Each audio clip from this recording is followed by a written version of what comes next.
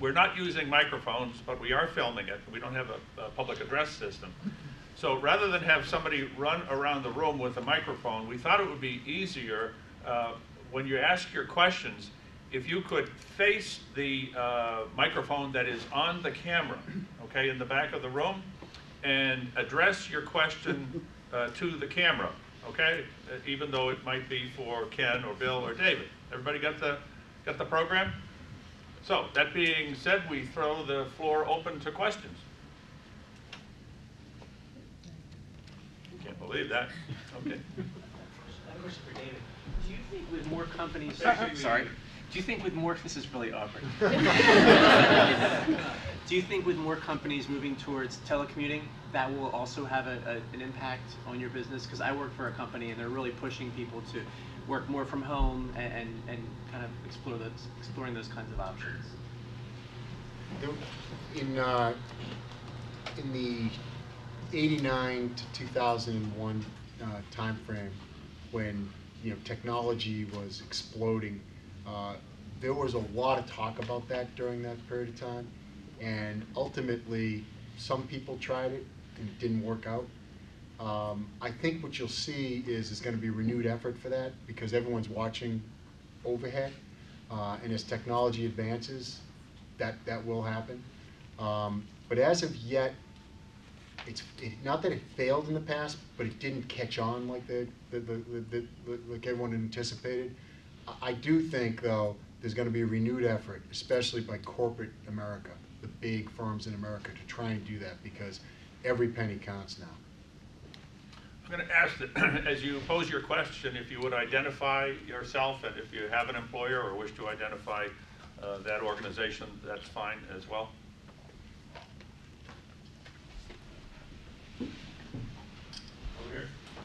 Yeah, Terry Siegel, Dwayne Morris. My question is on the program announced yesterday. Why don't you think they were more specific? And if they get more specific, do you think the market will go up? Which market? Stock market. The stock market. I don't think they were more specific because I don't think they've figured out the plans yet. I mean, it's that simple. There was a criticism I read in the Journal this morning by a commentator who said that it's hard to believe that they've had months and months to develop these plans, and particularly, in light of some of the identified weaknesses now in the existing programs, and yet the program looked like it was sort of fashioned overnight. I have no explanation other than that I just don't know. It was shocking. It was shocking to many people. I think that if, and Bill may want to weigh in on this. In fact, I hope Bill does weigh in on it. But I think that the market is looking for governmental action to do both of the things I mentioned earlier. There can't be any doubt that the market is looking for this. The market is looking for capital to go in to boost the cushion and have it be meaningful capital, meaning hand in hand with, tied to a cleansing of balance sheets to make the capital investment real so the market can get their arms around it. The market will only know that we are down when you can look at a balance sheet and say that balance sheet fairly reflects the financial picture of this depository, this financial institution. And that won't happen until both of those things happen. And valuing the assets to get them off the books is a very, very difficult proposition, is fraught with the kind of risk that Bill mentioned. If they'd been written down, 6 months ago, 5 months ago, or wherever, it would have had perhaps a catastrophic effect on collateral effect on the economy. Let me add, Terry, it's a very good question. I think one of the problems, and just to put an inside the Beltway perspective on it, you have a new administration. They've only been there 22 days prior to this announcement. You have a lot of new players interacting together to develop policy. And there are a lot of new players, new consensus to work through. And there's substantial internal arguments, just reading the press, that you can see. And this sort of who's up and who's down. I think there was an article in the Times yesterday that there was a substantial argument in favor of some more tough measures on uses on tracking, on controls, and the report was that Geithner had prevailed and they weren't going to be as tough as some internally had wanted. But I do get a sense, and what concerns me in part of what was announced yesterday, is that they really want to use the minimum amount of resources necessary to get this done, in part because of I mentioned the collateral consequences of seeing these people who caused all this damage continue to ride around in limousines and black cars and the like. And the fact that the shock and awe strategy, which actually many think is the right one, failed the last time round. So you end up with a very careful, nuanced announcement, a whole lot of controls, and my concern is that a lot of companies are going to look at how they can avoid either being stress test or how they can avoid having new capital as a result of the stress test, because it will publicly identify them as more troubled than others and bring with it a whole lot of controls and a whole lot of oversight that they would not otherwise have. So I'm very concerned that the program may be too limited and not lavish enough. But I think with all the new players and with 22 days to do it, I'm not surprised. Legendarily, President Clinton, I'm back to the Clinton administration again, would do these overnight term papers when he would announce these policies. And I think they didn't plan to do this one that way, but I think that may be the way it eventuated.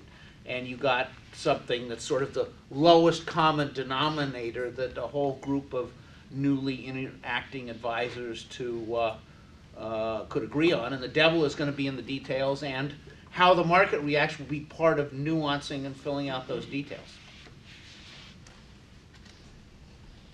Yes.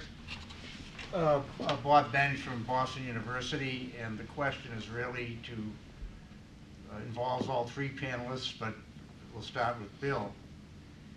And that is, since 89, 90, 91, deep recession, we've had the passage of the FDIC Improvement Act of 1991, which hasn't been tested really until now. And since 91, we've had this continual buildup of very precise accounting standards leading to fair value. And I'm wondering whether the fair value scheme combined with the the prompt corrective action provisions of the FDIC Improvement Act are driving some of the Treasury strategy. And one other point is, since 2002, all commercial and industrial loans made by U.S. banks, according to call report data, are in the real estate development area. All commercial industrial loans. So if we have a stress test, which can only mean sending an army of examiners in to reassess commercial industrial loans, and they're looking at commercial real estate loans, so we start to get marked down on commercial real estate loans, won't that even exacerbate the prompt corrective action provisions of the FDIC Improvement Act? Let me start. I have two actually different responses to the two pieces of the question. I think the prompt corrective action piece of the fiduciary improvements has not been tested and probably won't be tested, in part because it was designed to, the analogy is shutting the barn door after the cows are out frolicking in the field. It's to deal with the lack of capital in institutions that we experienced at the time of the RTC resolutions, when institutions had no capital, and so they made up capital with these certificate things that the old Fisley and the old bank board invented. But in fact, banks still, for the most part, are on a historical cost accounting convention. And so they're really in desperate trouble long before the tripwires of the FDIC Improvement Act, which deal with levels of capital and require the regulators to close an institution when it's been critically undercapitalized for 270 days, kick in. The biggest failures, WAMU, Wachovia, these are institutions that were well capitalized, or at least adequately capitalized, on the day before they failed on a classic accounting concept. So I don't think the Improvement Act and the capital categories are really critical to what's going on.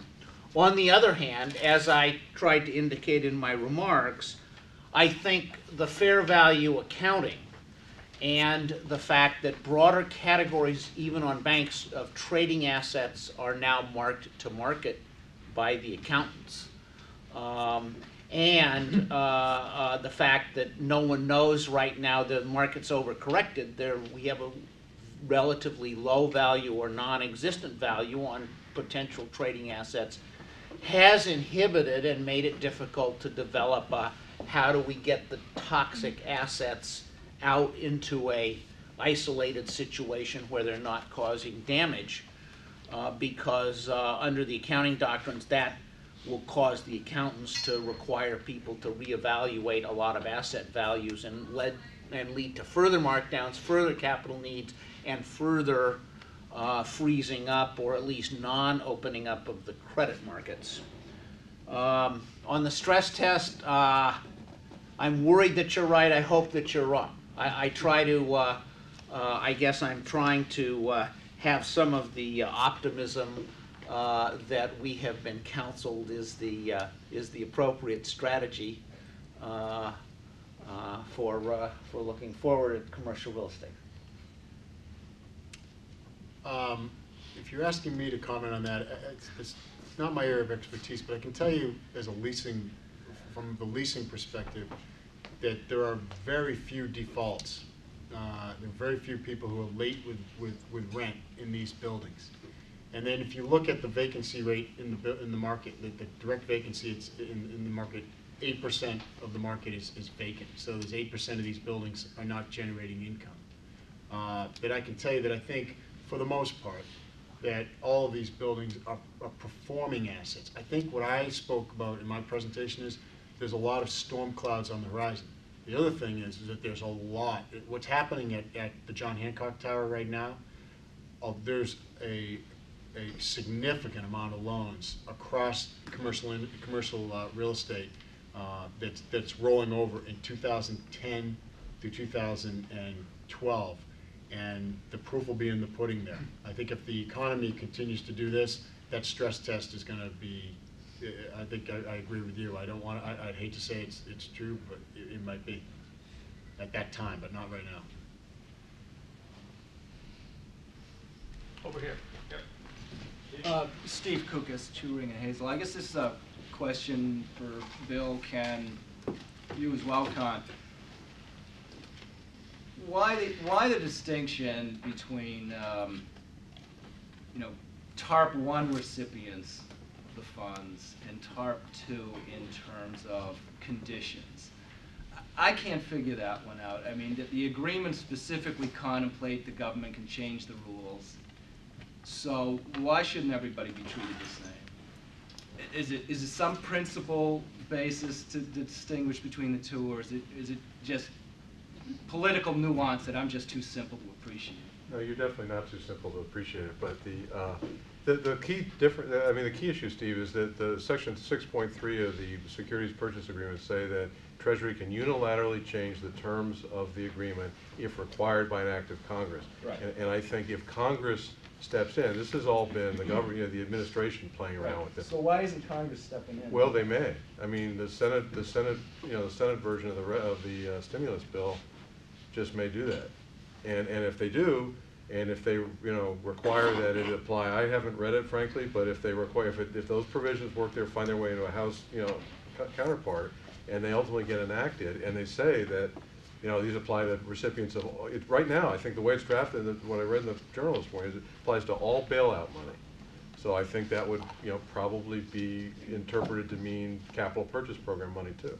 Maybe one follow-up would be, would our clients be better off on the legislative front, or by virtue of the agencies, whether it's Treasury or the banking agencies, coming in you know, on the informal basis saying, we're monitoring you, what are you doing with the money? Where would you rather be in terms of, you know, knowing the rules up front in terms of legislation versus, you know, the regulatory influence that's, you know, a little more vague in terms of what they're going to do? I think there is notwithstanding what the House Legislative Council has said, I think there plainly is a concern coming out of the whole goodwill experience and the goodwill cases that the government is still defending, many cases, with hundreds and billions of dollars of potential liability to the United States of America. From the last time we went through this round, coupled with a sense of, even if it's legal, is it fundamentally fair for institutions to get called in, sign this, then we'll tell you what the program is, and then be told 6 months later, and oh, by the way, there's more. So you're in effect, if you are a manager for shareholders, you're being asked to sign some sort of blank check for the good of the society. And if the society decides that 6 or 8 months later that you've got to get rid of your planes or whatever your transportation is, you have to go ahead and do it. So I think, I tend to hope it's kind of a political sideshow. But one of the reasons for my concern that I mentioned earlier is that people will try to stay out of the program and pay back what they've gotten quickly. And so that this program isn't going to work because we're suddenly going to have the upper third of the industry being very good and the rest of the third sort of limping along with government controls and a lot of inspector generals and a lot of oversight and a lot of help, is the fact that there are these sorts of restrictions. I mean, a management from a company who's reasonably good, who did involuntarily get help because they thought they helped the society, when asked to sign a blank check by the Secretary of Treasury in September, is going to have substantial incentives to get out of this as quickly as possible, and leave the others that aren't able to do that behind. And I'm not sure that's what the best thing is for the economy at this point. Okay, you have time for one last question. Over here, Dave. Dave Hannon, Craig and Macaulay. I guess this is to Bill, since he has the experience of being with the FDIC. And I guess the question is, when you're asked by friends who aren't necessarily sophisticated about banks and banking, how do you answer them as to why didn't the bankers see this coming? And as an example, Bob Rubin. Or why didn't the regulators see this coming? I'm going to let the cameraman who you asked that question of answer that. No, it is a very good question. We know markets overshoot. We know regulators get lax. Lenders get lax. Nothing like this has happened in many generations. And in fact, in my professional experience, we have had pretty good results in recessions in '74 and '5. There was a very bad recession in the early '80s. The banking system was virtually insolvent over sovereign wealth debt. We had the failure of the entire thrift industry, and we had the Dow drop something like a third in one day in 1987, and it came back by the end of the year. Long-term capital management, as leverage built up in the system, it was always resilient and you were always able to manage your way through it. And I think you could say in principles, I've said to myself at times, when I got out of school, I had a job with what I regarded as a pretty good law firm in New York, and a New York bank would not give me a MasterCard because I was not yet employed. Fast forward 30 years later to my own children, they go off to college and people fall all over themselves to give them a t-shirt so they will open and have a credit card to spend on. We actually have had for 2 decades. Everybody who finances a car is upside down. He owes more than the car's worth all the time. And somehow the American automobile and the world automobile industry has figured out how to continue to sell cars to people in that market. They're financial geniuses. And I guess people have had the sense, well, at some point, that's going to stop, but as long as you're not at the outer edge of the credit spectrum and prudent, you're going to be okay. And the trouble is, when the bubble bursts, even if you're in the middle or the conservative end of the credit spectrum, that's not good enough because of the flight to quality. I think that's the best I can do in even trying to approach that, Dave. Well, as we wrap it up, I'm going to try to just augment Bill's answer a little bit by saying that as we are meeting now, those 9 CEOs that Bill alluded to earlier are being taken over the coals by the House Financial Services Committee for the very things that you were pointing to, Dave. Why didn't they know, and why didn't they act? They are not being taken over the coals for not knowing what they were signing. For not knowing what they were saying. And my answer would be that on behalf of the regulators, it's probably too late to cure their problems. However, for the CEOs who, and the Bob Rubins, for example, who sat in those chairs and who collected bonuses for 2004, 2005, 2006, 2007, based upon the assets that we as taxpayers are now required to buy, it's not too late for one or all of them to step forward and say, here it is back. But is that going to happen? Kind of doubt it, kind of doubt it. Well, listen, this has been just a marvelous presentation. I would like to thank our 3 panelists. It was tremendous